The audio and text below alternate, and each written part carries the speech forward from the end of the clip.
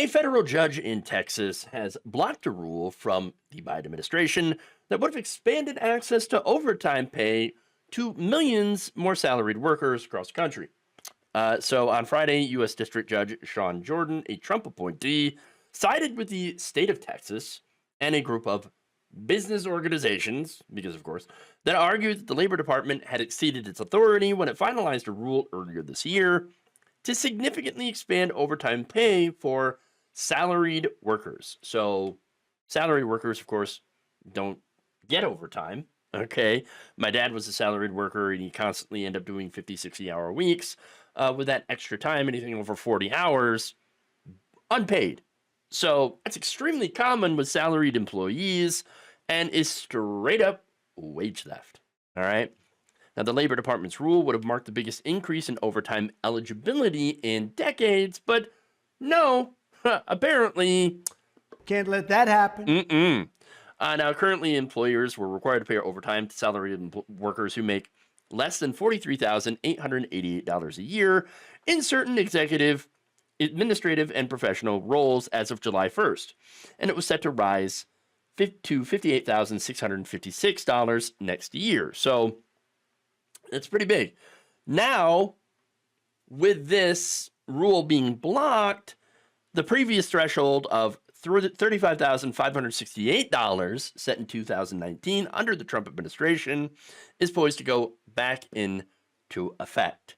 So that's not a lot of money, all right? If you're making $35,000 a year, you're not exactly doing well, okay? Especially considering how our money is not going as far as it used to. In fact, in order to afford a median priced home of $402,343, Americans would need an annual income of $110,871, according to a bank rate analysis. All right. That is nearly a 50% increase in just the last 4 years. Bank rates analysis found that Americans need to earn six figures to afford a median priced home in 22 states and the District of Columbia. So it's almost half the country, right? While 4 years ago, only 6 states in the District of Columbia required a salary that high to afford a median priced home. We're not talking about mansions. We're not talking about condos, okay? We're talking about an average median home. So you're not even close to home ownership if you're making $35,000 a year. And if you were a salary worker, I mean, you'd imagine that you'd be making more if you were salary, but no, turns out, not so much. So if you are making salary, you're still going to have to work overtime for free, thanks to Governor Greg Abbott, Ken Paxton, state of Texas, that sued, and then this judge, Judge Jordan, and Donald Trump for appointing him.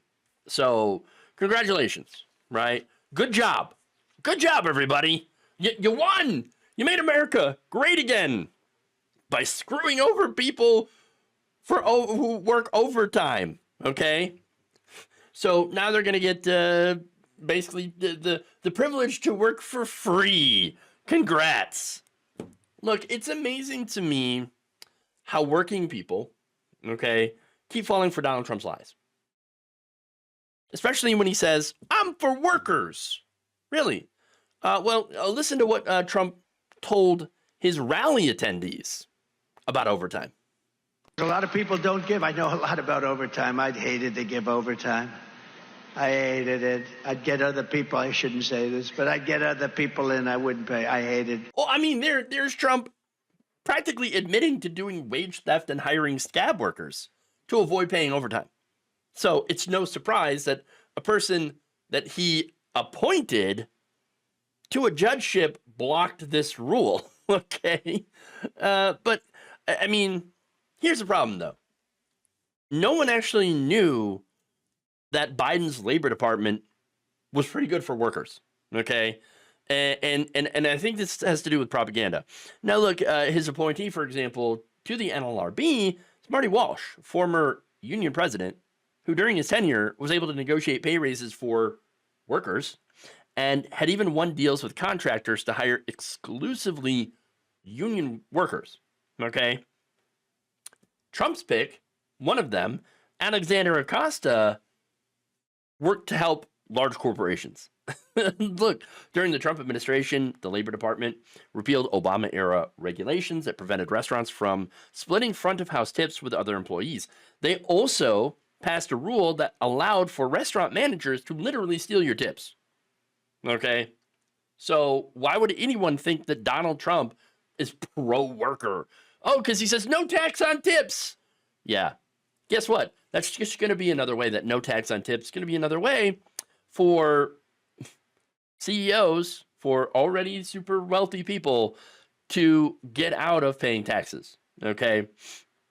Because look, they can just reclassify their income as, oh, my millions and millions of dollars, tips. They're tips. That means I don't have to pay tax on them. Oh, well, congratulations.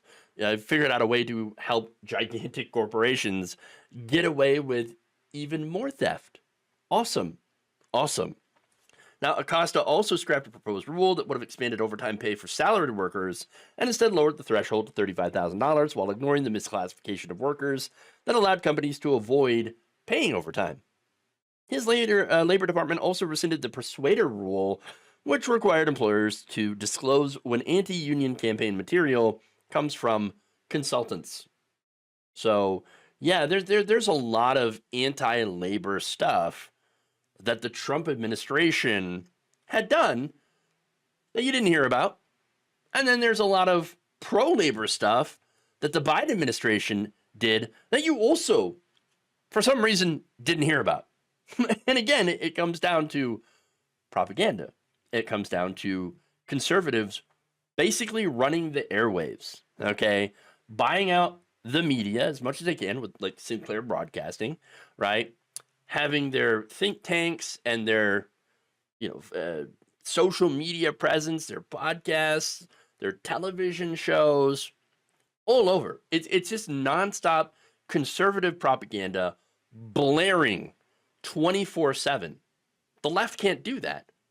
Mainly because the Democrats, for one, don't want to invest in anything other than traditional media, right? And we're talking about legacy mainstream media. That's what we're calling it, right? Because that's what it is. And so Democrats don't want to invest or even spend their time on independent media. They don't care about independent media because they can't control the message. So where does that leave independent media? In the hands of right-wingers, who, again, are mainly bankrolled by billionaires, giant corporations, groups like the Koch brothers, and their shadowy network of different think tanks and organizations that are funding independent media. That's it. And so the left can't get out its message because independent media on the left is dying in the vine. Okay?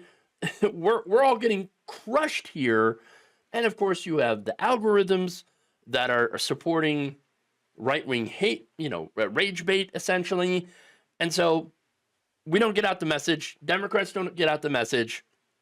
And corporate media obviously wants to crush the message because it works for corporations and not for workers, not for employees. And so here's what we have. This is a situation where you have workers that mistakenly believe, oh, Donald Trump's on our side while he's doing this, while his judges are denying overtime. So, and allowing for massive amounts of wage theft. And this is just the beginning, okay? Donald Trump's going to put in more corporate ghouls, okay, to run the Labor Department. And he's going to put more anti-labor judges on the bench. So don't be surprised when during and after Trump's term, labor is going to be in an even worse spot than it is now, where people are going to be making less, having less, and paying more, and having less rights to organize, less rights when it comes to worker safety, when it comes to pay. It's going to be an absolute disaster for a working person in this country. And it's thanks to Donald Trump and right-wing propaganda. And unfortunately, the people who bought into it. Thank you for watching. If you enjoyed this video, please like, share, subscribe, hit the bell icon in order to get notified whenever a new video is released. And if you want to support independent, progressive media through this difficult time where it seems like everybody is shutting down, you can become a member on our YouTube page, you can become a subscriber on Facebook, or you can go to my Patreon. It's patreon.com/Jeff Waldorf. Thank you.